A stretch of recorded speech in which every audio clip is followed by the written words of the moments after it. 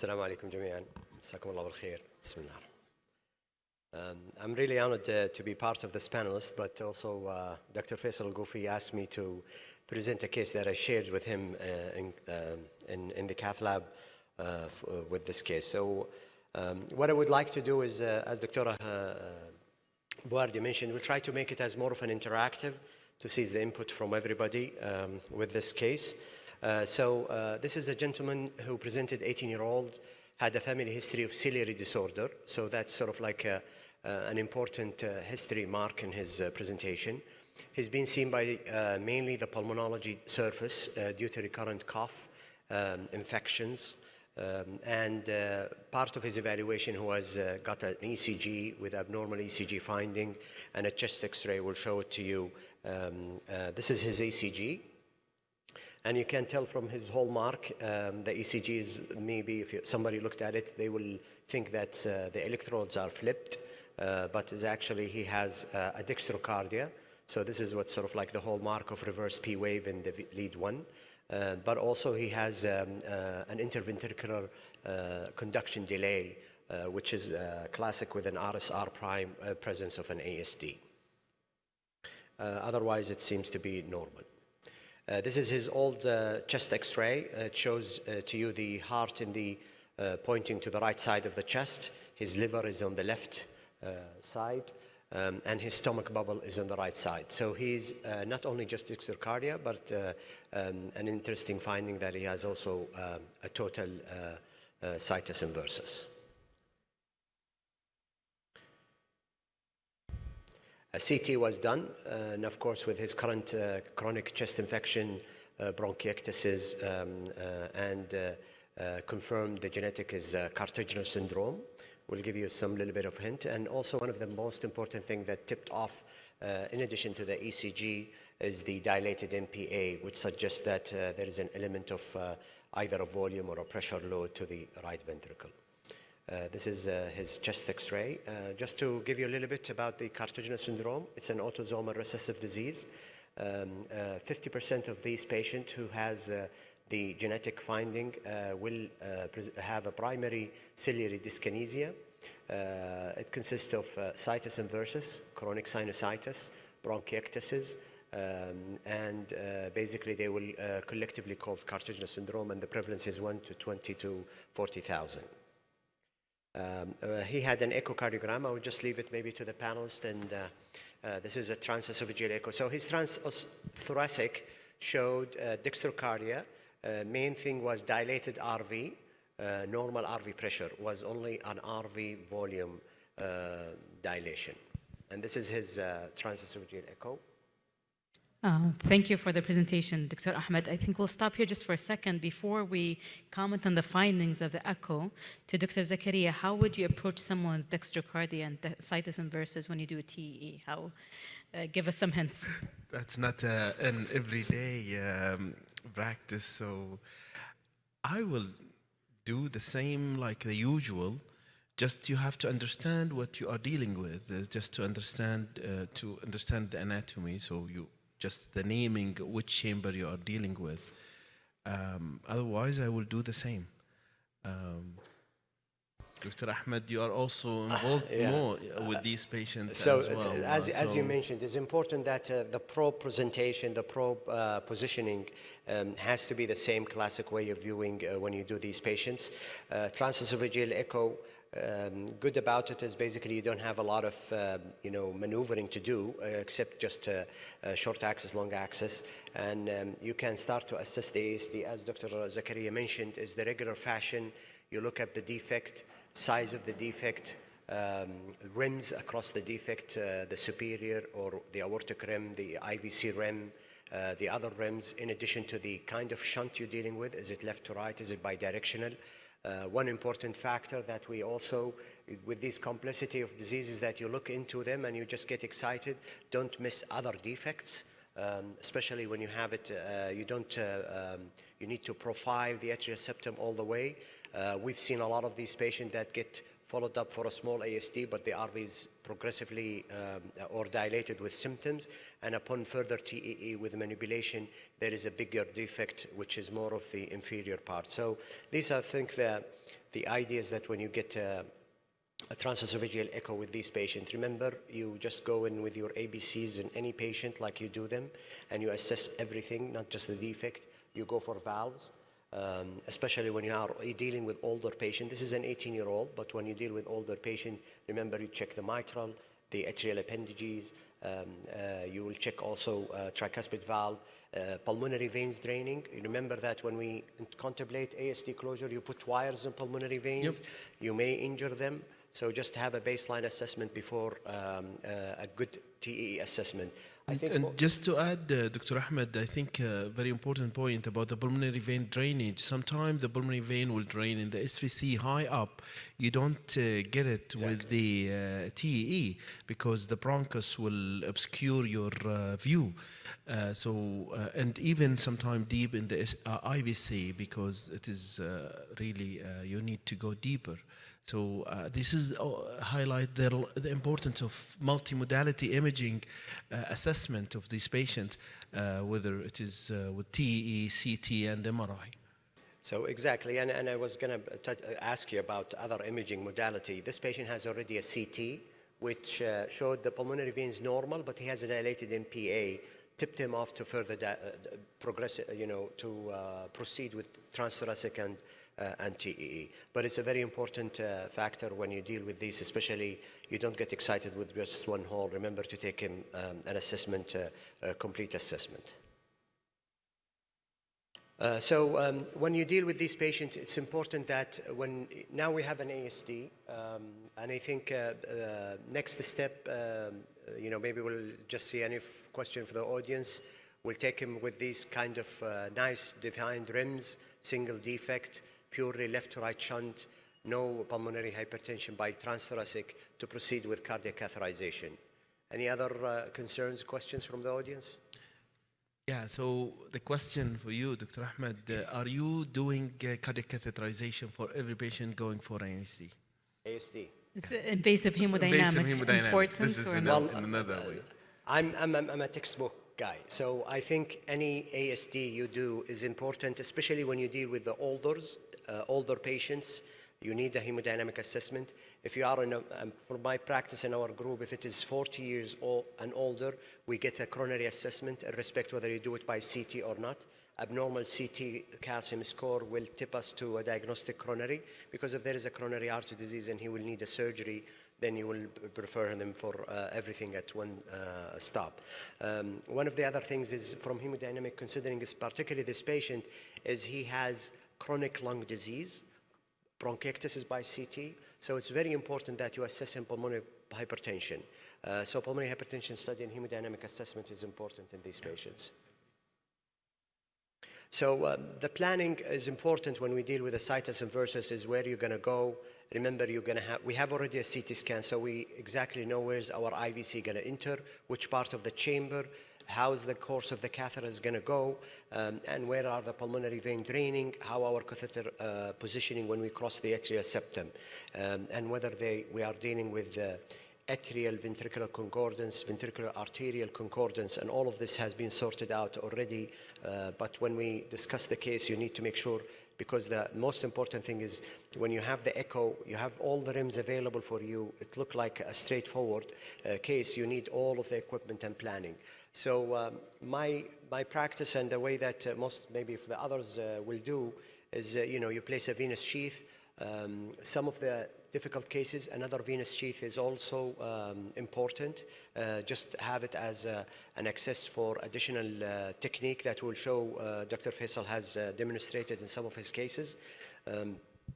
And then an arterial monitoring. Some of my colleagues, especially the adult structure, they're comfortable with blood pressure cuff monitoring in some of these patients, which is acceptable in some of the practices.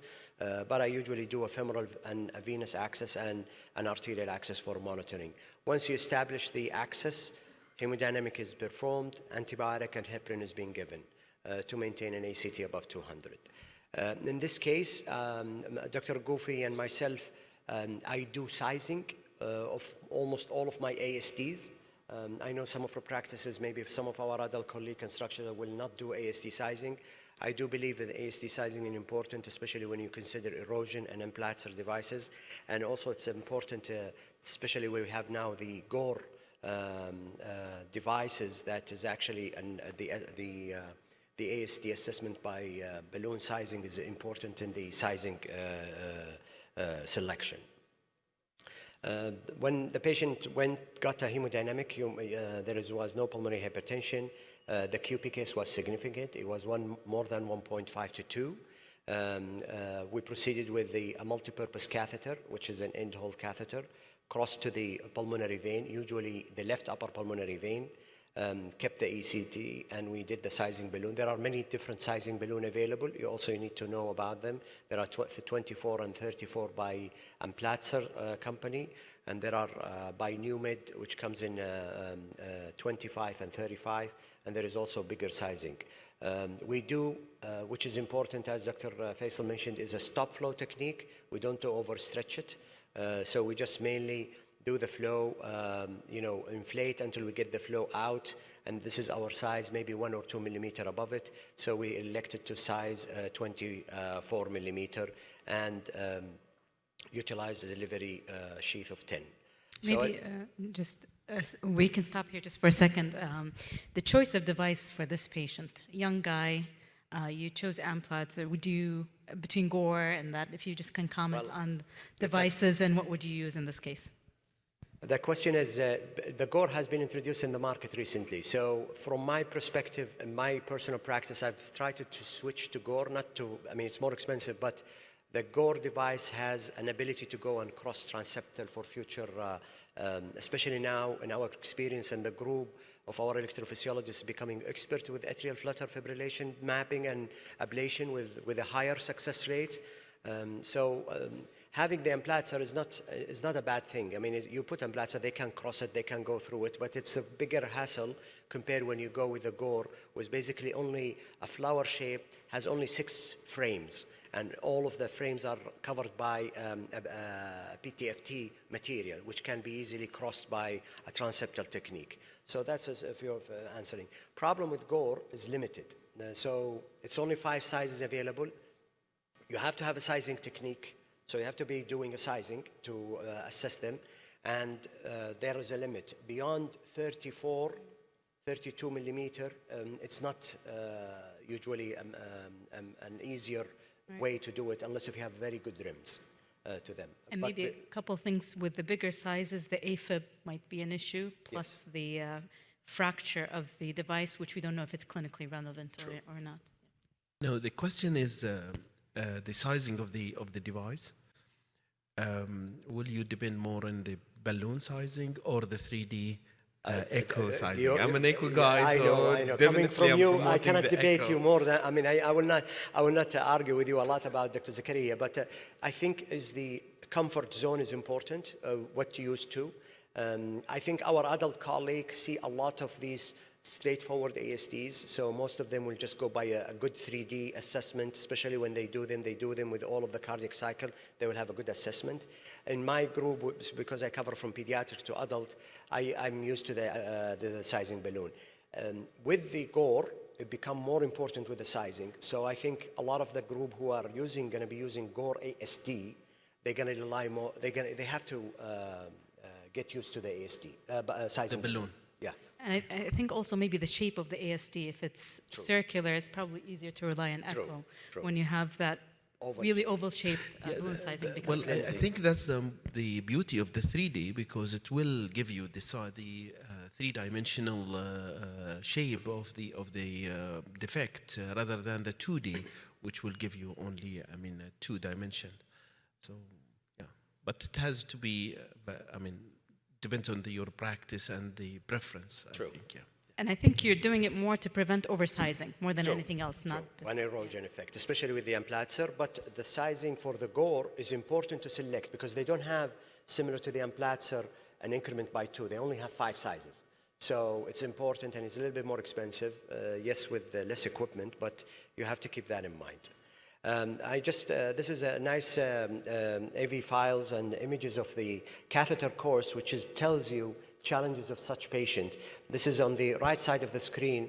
The catheter comes from the IVC, which is because he's a dextrocardia patient. So it's on the left side of the patient. So it goes into the atrium. You see, because of his right atrial dilatation, it gets to a loop before going through the tricuspid valve into the RV, and then from the RV into the MPA. So this is really a challenge, and I think having a tip balloon or a balloon inflating catheter to go and cross it makes it really very easy to sort of like to follow the track of this patient. But you can understand, Dr. Faisal Al-Ghufi, the planning is very important. To discuss this patient is very important before going in, and what kind of equipment needed.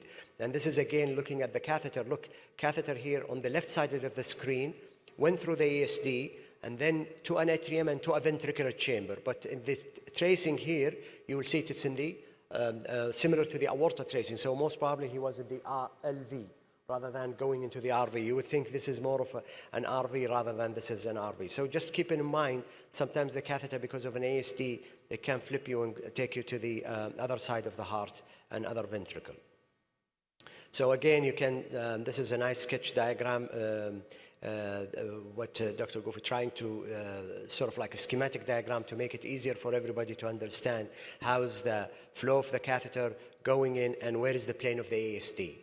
So this is an important that you keep it in mind when you do these kind of catheters and the angulation and the catheter course.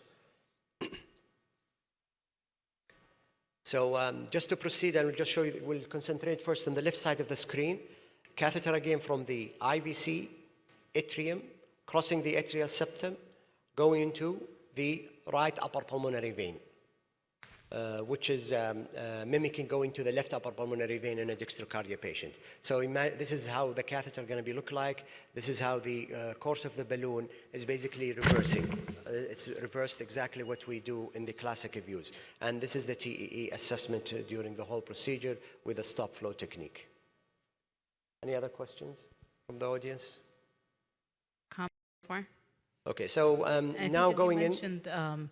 Coming in well prepared, but I think also mentally prepared. You switch True. your mind, know exactly what views are you going to be looking at, and having the radiographer with you in the loop to make sure you get the good images. I mean, having I think Dr. Zakaria important because he's an imaging, not to, like to be nice to you, but I think having somebody else to help with the imaging in that. I'm used in the cath lab. I do my TE myself, and the fellows are usually happy to play with me. But in this kind of cases, having somebody like an imaging person with you in the cath lab to help you with the assessment is very, very important. The last thing you want to know, worry about positioning the probe, how to hold the probe, rather than positioning your catheter and the ASD, especially with larger defect.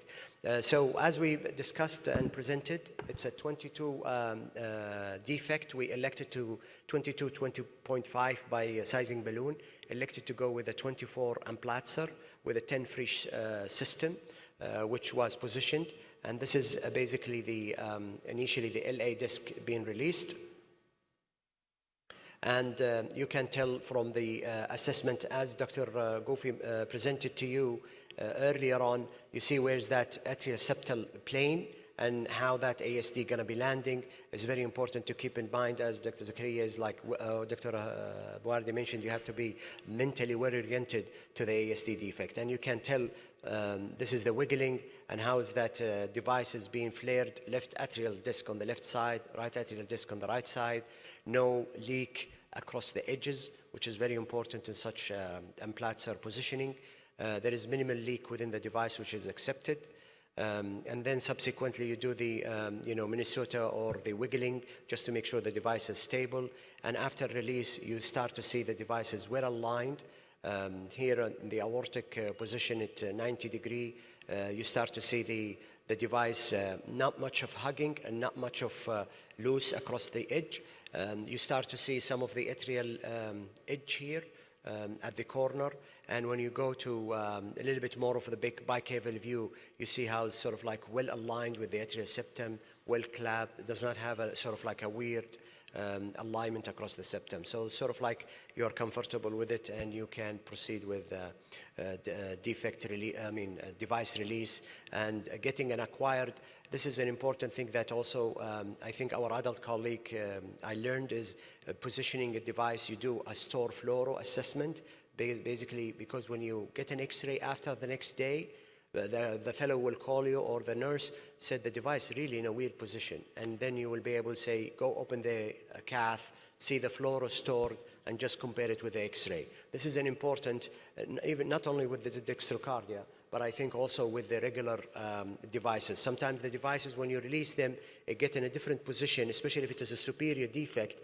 It's the position it may mimic, either it's been displaced or in the MPA. So remember, when you store the fluoro, store it after release in a straight AP image, so at least when they do the X-ray for you in the later day or that evening, you can compare too. And this is sort of like the transthoracic imaging. You start to see how's the ASD flared and positioned likely. Some of the things that we're just going to maybe reiterate, some of the difficulties in closing defects in general. When you have deficient DRMs, large defect, multiple defect, and also when you have a problem with the IVC occlusion, or not IVC occlusion, but when you have interrupted IVC with the azygos going backward and entering to the SVC. So this is a challenging. We had a case down in Babtain that we had to go from the neck axis to go in and close an ASD because of it is difficult maneuvering going from below, tall patient, no enough length in the defect, in the delivery system to go across that interrupted IVC, SVC, going to the RA, crossing to the left atrium and positioning the left pulmonary veins. With all of the stiffness, it's not going to be easy way rather than going from the neck. Coming in with also smaller children or smaller body surface, elderly with impaired, it's very important. This concept now, we're going to see a lot of our patients, especially with the advancement of heart failure management, late diagnosis with ASD. We just had with Dr. Mohammed Al-Ghamdi, remember we had a lady 92 years old with a PS just diagnosed with an ASD additional just a month ago. Part of the assessment of her. So an ASD is always there to keep it in mind with these kind of patients, what to do with them, and heart failure assessment and LV diastolic dysfunction, which preclude them from ASD closure. One important thing in this patient in particular is the elevated pulmonary artery pressure. This patient doesn't have it, but when you have a patient with a chronic scoliosis patients, with a chronic restrictive lung disease, lungs are normal, but they can't expand with scoliosis. It's important to have a real assessment with pulmonary hypertension. One of the things that rotation of the sheath, positioning of the sheath in the left atrium, there are many techniques. When you have a problem with the not well alignment, we'll just show you some of the techniques that has been described.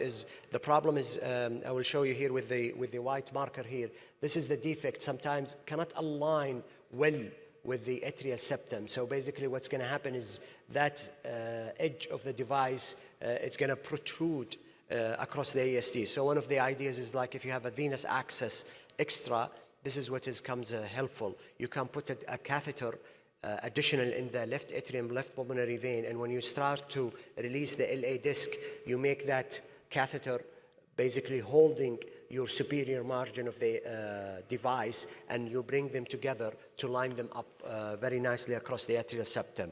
Other techniques is releasing some of the device in the pulmonary vein. So basically that LA disc will be deformed in the pulmonary vein, give you a time to release the waste so it will fill the defect before that one will come and clap to the defect. So this is important. You need to do it with extreme caution because of pulmonary vein injury. So it's very, very important. I don't favor that technique unless it is really, I make it at the last resort I will do. Other technique, which is, this is more of a safer way or easier way and better controlled, instead of having a catheter that's not that stiff enough to hold the LA disc, especially with a bigger device, is actually having a full system with a wire across to the pulmonary vein and a balloon. And basically that balloon will inflate across the ASD, will make the defect, the LA disc always like in the left side of the screen, always in a parallel alignment with the atrial septum, because you already crossed with a balloon in the same panel, in the same plane. So at least will help you to hold the defect. I found this is the pulmonary vein technique, which some of the ways that this is the problem that we face, especially with the defect, is when you have the defect, basically the device goes through the defect in a perpendicular way. I moved to modifying the sheath. Most of my large ASDs, especially if I use more than 30 millimeter and not much of an aortic room, I usually modify the sheath before I go, which basically the way I do it, it's has been reported by Larry Latson. He was at Cleveland Clinic at that time when he started using this technique. He's moved to Florida. What basically is the sheath is rounded, opening. So basically what we do is a beveling, like a cutting through the long sheath, not the dilator, the long sheath. Basically you will make a side, instead of just one round, it will be in the side. So when the device comes out, it's not going to come through the mouth, it's going to come through the side. And basically what you do is basically you are tipping the LA disc to be parallel to the atrial septal defect, and you don't have to have an extra system to help you with. This is what I usually start before going to the extra mile by additional system and additional balloon, and trying to save a little bit of money and time. That will usually very helpful. We used to have house door sheath, which is made by Cook. It's actually like a snake-like appearance at the distal end. It's not anymore manufactured, and unfortunately also Cook is out of the market for long sheath. So that was in the past, but not anymore. So the techniques that most commonly now in the practice is either a cutting through the defect, or this is the last resort, the pulmonary vein. The balloon is the most common one, and I think is the most common sense and easily to be visible by TEE, and it will be very helpful when you do it with your colleague. Basically make it straightforward and easier. But you have to have, this is what I'm telling you about the bevel technique. You start to see this is the defect, and the problem when you have in the C picture there, you see how the defect is slipped through if you don't have enough rim to hold the left atrial disc. When you do the bevel, this is what I mean. You see how the disc does protrude when you push it out or unsleeve it from the long sheath. This is how the LA disc will form, and this is, I found it very helpful, especially in the larger defects with a little bit of less rim. This is the Hausdorff sheath. Unfortunately, we don't have it anymore. Judkins can help, especially for a smaller devices, but we don't have like 10 French or 12 French guide Judkins to be helpful. But it can be of a helpful technique to us. So ASD in a closure in a dextrocardia patient by itself is a challenging. Careful pre-procedural planning, and I think this is a most important part of this talk, is the pre-procedural planning. Having, as Dr. Zakaria mentioned, and most of you guys will know, is having the multimodality assessment is very important. It's not anymore just a catheterizer-based procedure, and a lot of the structural team knows that they are now imager they call them structural imaging. So they come into the cath lab and basically they do the imaging assessment for the catheterizer in the cath lab, and this is their job. They're not doing any more outpatient assessment. So I think this is the newer way of dealing with such of a complex patient. And of course, familiarity with development and technique, and I was really very grateful to Dr. Gofi to have me available for such a a procedure, and be able to scrub with him and be of an extra hand to him. Thank you very much.